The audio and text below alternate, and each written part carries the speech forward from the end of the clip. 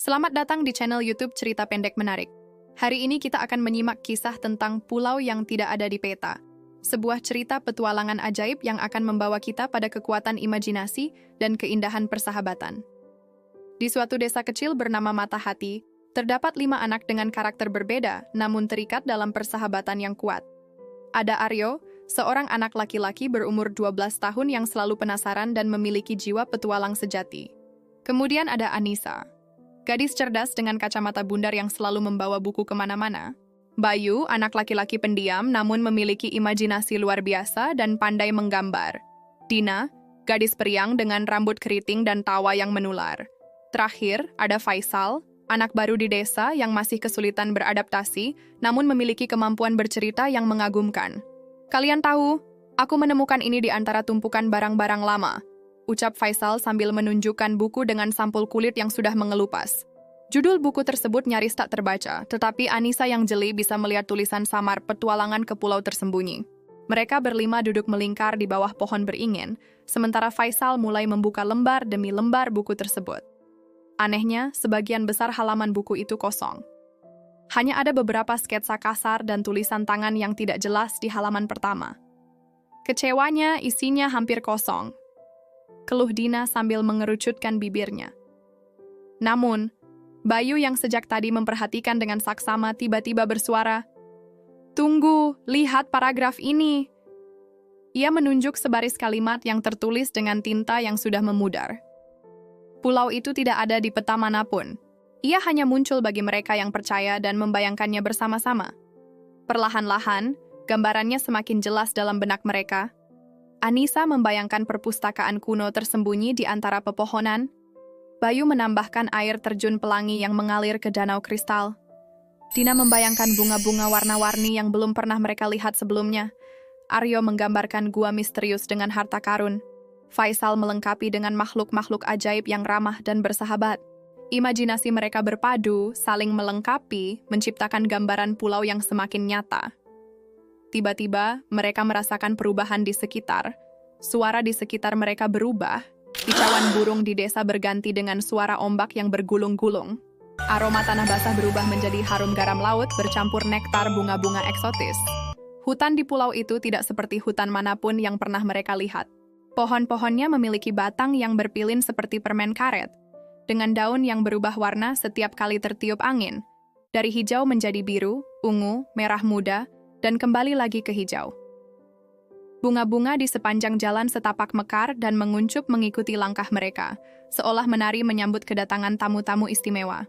Aryo berjalan di depan, memimpin ekspedisi kecil mereka dengan tongkat kayu yang ia temukan di pantai. Anissa mencatat semua hal aneh yang mereka temui di buku catatan kecil yang selalu ia bawa.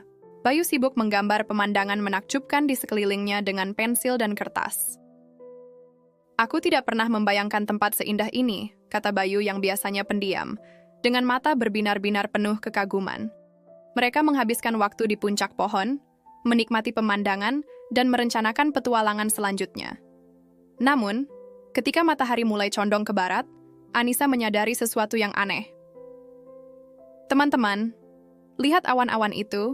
Ia menunjuk ke kejauhan, di mana awan hitam pekat bergulung-gulung mendekati pulau. Sepertinya akan ada badai.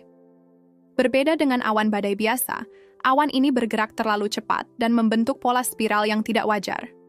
"Kita harus segera turun dan mencari tempat berlindung," usul Aryo. Mereka bergegas menuruni tangga spiral dan kembali menyeberangi jembatan batu. Setelah badai aneh itu berlalu, kelima sahabat memutuskan untuk melanjutkan petualangan mereka dengan hati-hati. Mereka menemukan banyak keajaiban baru. Air terjun yang mengalir ke atas, bukan ke bawah. Bunga-bunga yang bernyanyi merdu ketika dibelai angin. Hewan-hewan ajaib yang bisa berbicara dalam bahasa yang hanya bisa dimengerti oleh anak-anak. Di sebuah padang rumput luas, mereka bertemu dengan kuda-kuda bertanduk seperti unicorn yang mengajak mereka berkeliling pulau. Anissa, yang awalnya takut dengan hewan besar, menemukan keberanian untuk menunggang unicorn putih yang lembut dan bijaksana. Bayu melukis pemandangan dengan cat ajaib yang ia temukan di hutan, dan lukisannya menjadi hidup bergerak-gerak di atas kanvas. Kelima sahabat itu terdiam, mencoba memahami arti pesan tersebut. "Maksudnya, kita harus meninggalkan sesuatu yang berharga di pulau ini?" tanya Dina. Anissa mengangguk perlahan. Kurasa begitu. Tapi bukan barang fisik, melainkan bagian dari diri kita. Mereka merenungkan kata-kata Anissa, meninggalkan bagian dari diri mereka. Apa artinya itu? Mungkin seperti janji, usul Bayu. Janji bahwa kita akan selalu mengingat pulau ini dan kembali lagi suatu hari nanti. Mata Aryo berbinar-binar. Bukan hanya itu, kita perlu membuat sesuatu meninggalkan jejak kita di pulau ini. Ide Aryo memicu inspirasi di antara mereka. Mereka memutuskan untuk membuat monumen persahabatan di jantung pulau, di dekat pohon raksasa tengah danau. Ketika mereka membuka mata, kelima sahabat kembali berada di bawah pohon beringin di bukit belakang sekolah mereka. Semuanya tampak sama seperti sebelum petualangan mereka dimulai. Matahari masih belum tenggelam sepenuhnya, menandakan bahwa waktu di dunia nyata tidak berlalu terlalu lama. Apakah semua itu nyata? Tanya Dina, masih menggenggam tangan teman-temannya.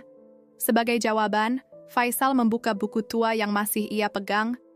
Halaman-halaman yang tadinya kosong kini dipenuhi dengan gambar-gambar berwarna-warni, pantai dengan pasir putih, hutan ajaib dengan pohon berpilin, danau berbentuk bintang, unicorn, bunga-bunga bernyanyi, air terjun yang mengalir ke atas, dan di halaman terakhir, gambar monumen persahabatan yang baru saja mereka buat. Hari-hari berikutnya, kelima sahabat rutin mengunjungi pulau ajaib mereka. Setiap kali mereka kembali, pulau tersebut semakin berkembang dan menakjubkan. Pohon-pohon yang mereka tanam di sekitar monumen persahabatan tumbuh dengan cepat, membentuk kubah dedaunan yang indah. Hewan-hewan ajaib yang mereka bayangkan menjadi semakin beragam. Naga kecil bersahabat, yang bisa mengeluarkan pelangi dari mulutnya, kelinci dengan bulu bercahaya dalam gelap, dan ikan-ikan yang bisa terbang dan bernyanyi. Mereka membangun rumah pohon di salah satu pohon raksasa, lengkap dengan jembatan gantung, ayunan, dan teropong bintang untuk mengamati langit malam pulau yang penuh dengan konstelasi unik. "Tunggu!" teriak Bayu yang biasanya pendiam. Suaranya yang lantang mengejutkan semua orang, membuat mereka berhenti berdebat. "Lihat apa yang terjadi dengan pulau kita. Kita tidak bisa terus seperti ini." Bayu menunjuk ke sekeliling mereka, ke pohon-pohon yang bergoyang liar dan tanah yang retak. Pulau ini bukan hanya tempat pelarian. Pulau ini adalah simbol persahabatan kita. Dan persahabatan tidak berarti kita harus bersama setiap saat. Persahabatan berarti kita tetap terhubung, meski terpisah. Kata-kata bijak Bayu membuat mereka terdiam dan merenungkan situasi dengan lebih jernih. "Bayu benar," kata Anissa akhirnya. "Mungkin kita tidak bisa mengunjungi pulau ini setiap hari seperti dulu, tapi kita bisa menjaga keajaibannya dalam hati kita. Kita bisa menentukan waktu khusus untuk berkunjung bersama." Tahun-tahun berlalu, dan kelima sahabat tumbuh dewasa. Aryo menjadi seorang petualang yang menjelajahi berbagai belahan dunia. Anissa mengejar impiannya menjadi ilmuwan dan menulis buku-buku pengetahuan untuk anak-anak. Bayu menjadi seniman terkenal dengan lukisan-lukisannya yang penuh imajinasi. Dina membuka taman botanika yang memelihara berbagai jenis tumbuhan langka. Faisal menjadi penulis cerita anak-anak yang bukunya diterjemahkan ke berbagai bahasa. Meski kehidupan membawa mereka ke arah yang berbeda-beda, mereka tetap menjaga janji untuk bertemu setidaknya sekali dalam setahun di bawah pohon beringin tua di bukit belakang sekolah lama mereka. Dan setiap kali mereka berkumpul, mereka menutup mata, bergandengan tangan, dan kembali mengunjungi pulau ajaib yang tidak ada di peta. Pulau yang tidak ada di peta mengajarkan kepada kelima sahabat dan kepada kita semua, bahwa hal-hal paling berharga dalam hidup seringkali adalah hal-hal yang tidak terlihat oleh mata.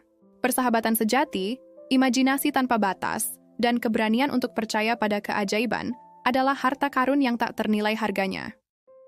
Mereka belajar bahwa perpisahan dan perubahan adalah bagian alami dari pertumbuhan, tetapi ikatan yang dibangun dengan kasih dan ketulusan akan bertahan selamanya, seperti pulau ajaib mereka yang tetap ada selama mereka menjaganya dalam hati.